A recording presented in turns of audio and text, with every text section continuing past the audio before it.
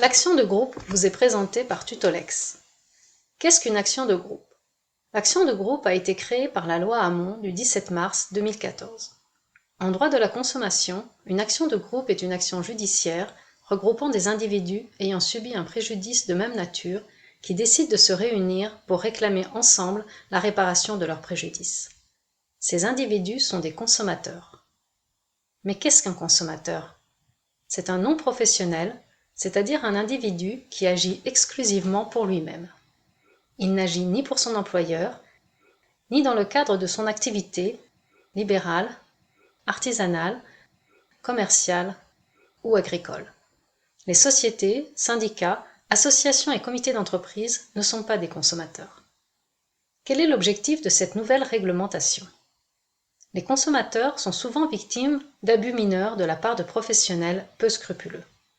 Le préjudice causé ne s'élève parfois qu'à quelques euros et il n'est absolument pas envisageable d'engager des frais de procédure, d'huissier ou d'avocat pour obtenir réparation. Le professionnel de mauvaise foi mise sur la difficulté de ses clients à engager un procès. La relation contractuelle est alors déséquilibrée.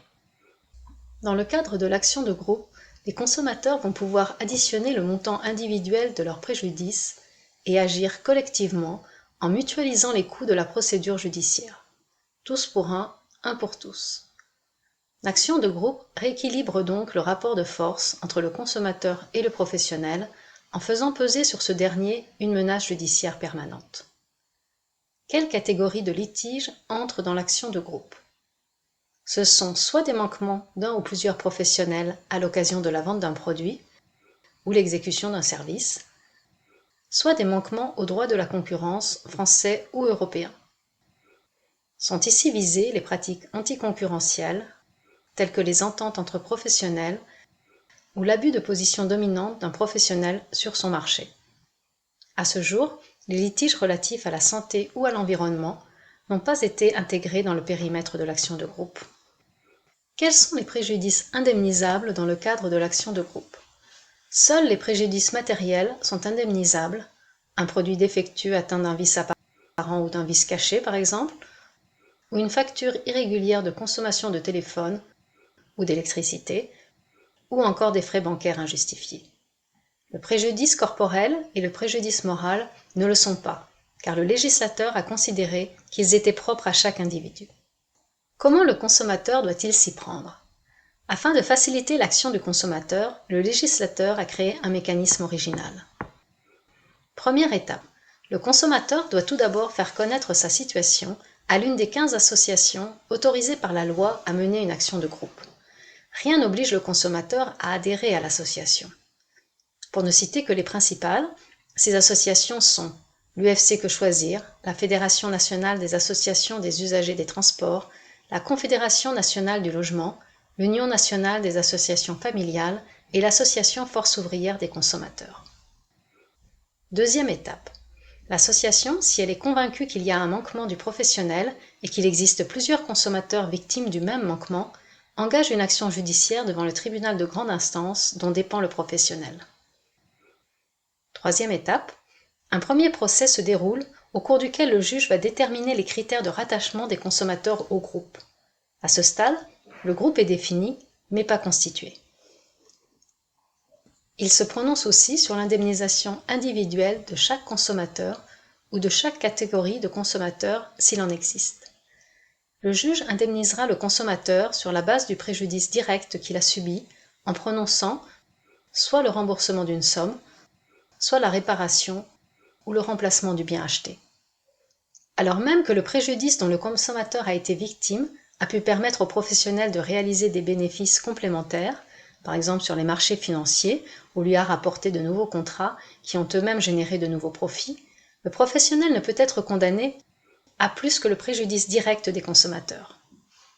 Le juge ordonne également des mesures de publicité à la charge du professionnel afin d'avertir les consommateurs de la condamnation.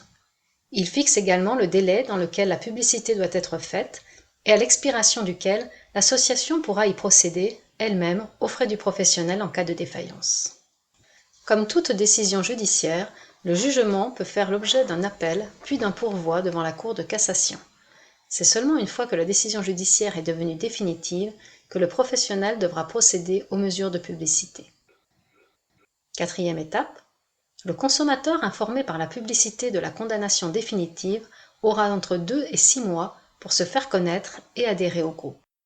S'il décide d'adhérer au groupe, il donne alors mandat à l'association de recouvrer l'indemnisation et de le représenter éventuellement dans la seconde phase du procès. À ce stade, le groupe est constitué. Si pour des raisons personnelles, il décide de ne pas se manifester, il ne sera pas indemnisé. Il ne perdra pas néanmoins son droit à action, mais il devra l'exercer à titre individuel. Le consommateur doit vérifier les points suivants. Tout d'abord, il doit s'assurer que son préjudice correspond bien à celui du groupe. Si le préjudice qu'il a subi ne correspond pas à celui du groupe, l'adhésion risque d'être rejetée. Ensuite, il doit bien prêter attention à l'identité de la personne auprès de laquelle il doit se manifester.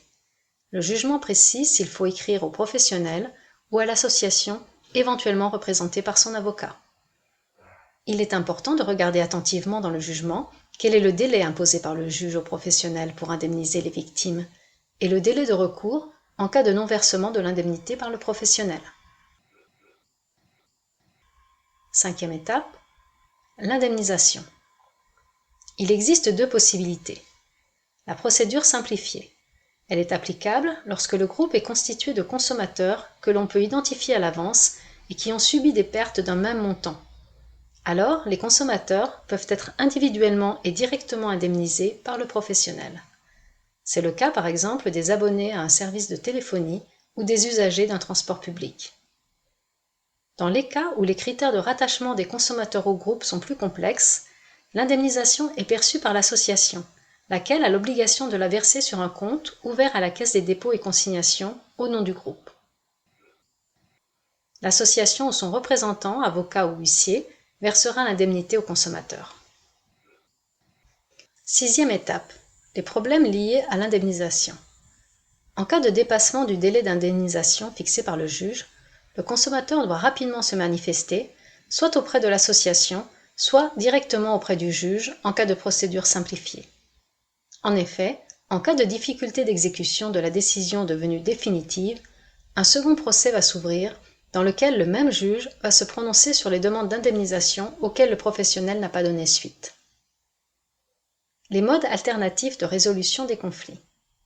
En cours de procès, rien n'empêche l'association et le professionnel de rechercher une solution amiable.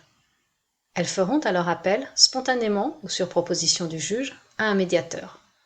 Si un accord transactionnel est trouvé, il est soumis à l'homologation du juge qui vérifie que la transaction est bien équilibrée. Le consommateur qui adhère au groupe est indemnisé sur la base de la transaction. Le consommateur qui refuse d'adhérer parce qu'il n'est pas d'accord avec la transaction conserve néanmoins ses droits à recours mais devra les exercer à titre individuel. Le cas particulier des actions fondées sur le droit de la concurrence. Dans cette hypothèse, le juge judiciaire a compétences liées. D'une part, il est contraint de suspendre la procédure de l'action de groupe dans l'attente de la décision des autorités de la concurrence française ou européenne.